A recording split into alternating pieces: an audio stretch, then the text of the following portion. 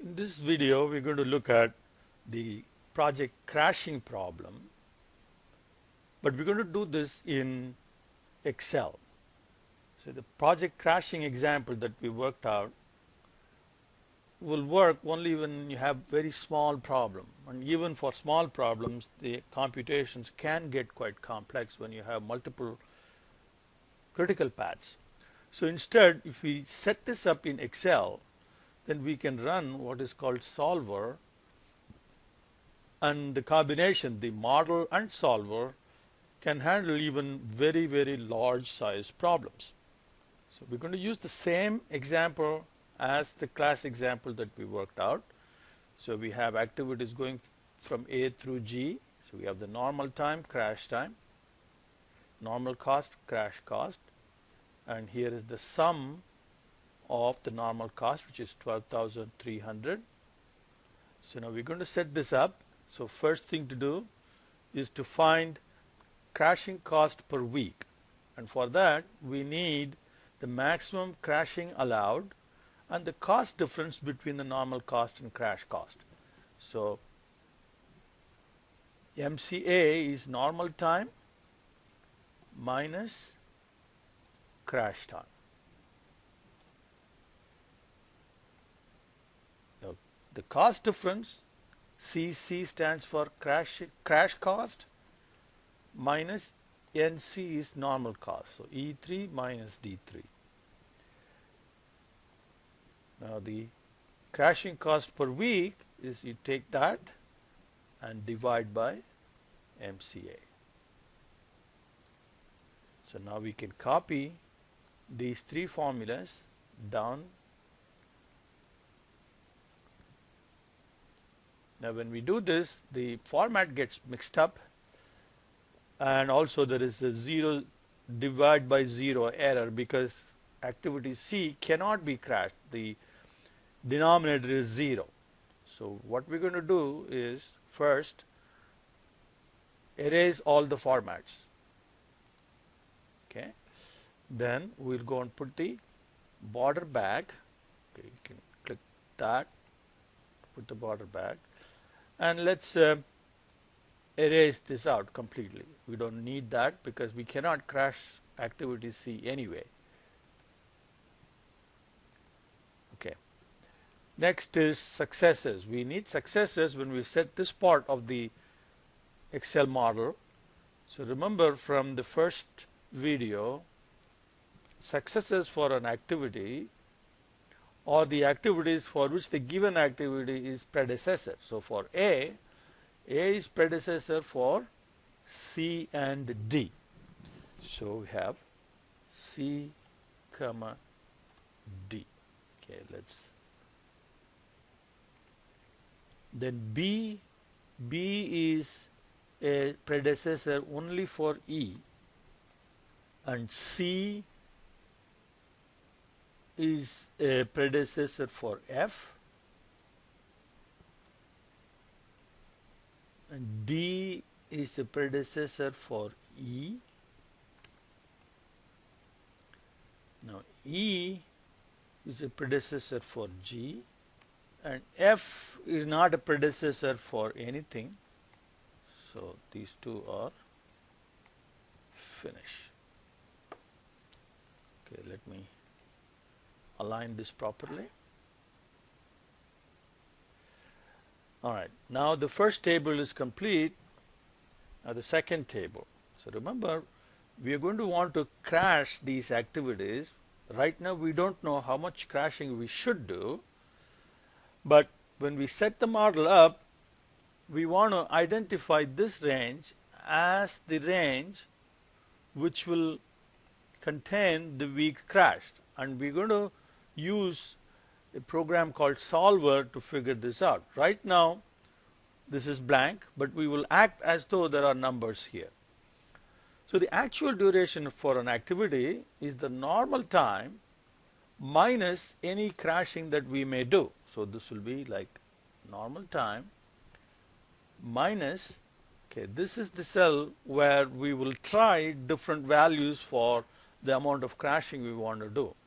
So B3 minus B13 is the actual duration. Right now this is 0, so the normal time itself is the actual duration. But if we try, like for example, if we try to crash by 1 week, then the actual duration will automatically update to 3. 4 weeks of normal time minus 1 week of crashing.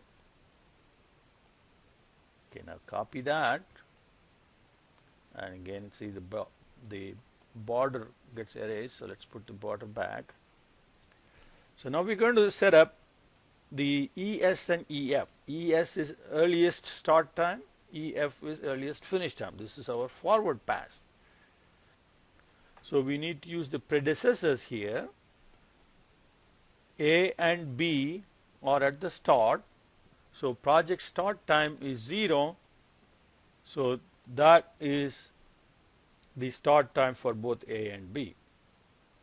The finish time is start time plus the actual duration. That will give us the finish time for the activity, and this is the formula for all the activities as far as earliest finish time is concerned. So we can copy that formula right now and put the border back, but the earliest start time is going to depend upon the predecessors. So for C, the start time should come after, so the predecessor for C is A, so only after A is done C can begin, so the finish time of A is the start time for C. And the next activity is D, and D also has A as the predecessor. Next is E. For E we have 2 predecessors, B and D. So we have to take the maximum between B and D, but you don't want to type this in yourself. We want to use the max function, so this process will be automatic.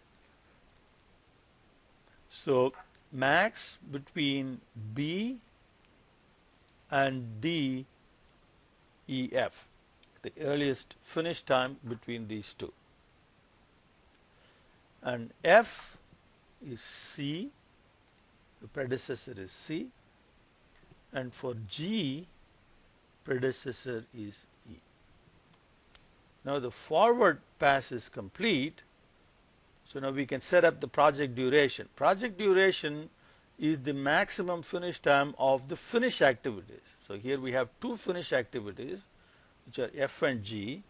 So this is maximum finish time of F, finish time of G. And that is the project duration. Now let's do the backward pass. Now for that we need to use the successors. These are the 2 activities with no successors. So you set the project duration as the latest finish time for these 2. Now the start time is the latest finish time minus the actual duration. We're going backwards. So we can copy this to the rest of them because they all have the same pattern. Now let's remove the format. Okay, you can do this by going here to clear and clear formats. Okay. Now the latest finish time for E, okay, E, the successor is G. So G's start time is the finish time. For D, E's finish time, E's start time is the finish time. For C, it's F, so F's start time is its finish time. For B, it is E. Now when we have multiple successors, then we have to use the min function, the minimum start time between C and D. Now that takes us back to 0. Now we can set up slack time as the difference between two finish times or two start times. Either one would do. So let's use the finish time, and we can copy that, and we'll put the border back. So we have A, D, E, G as the critical path. Next, we have to set up the cost. So the normal cost is the sum of the normal cost. So that is our normal project cost. Total crashing cost is how much crashing we're going to do, weeks of crashing, should be multiplied by the corresponding crashing cost per week and summed. And we can use, there is a function in Excel which does that, and that is called sum product. So how many weeks we crashing, comma, cost of crashing per week. So this function will pair each cell in the two ranges, multiply them and sum them. Okay, right now it is 0 because we are not doing any crashing at this point. Then we add these two, and that is our total project cost. This is the model, and what we need to do is to figure out values for weeks crashed such that we achieve the least possible project cost. So that's what we want to achieve, and we will do that using Solver. I'll demonstrate that in the next video.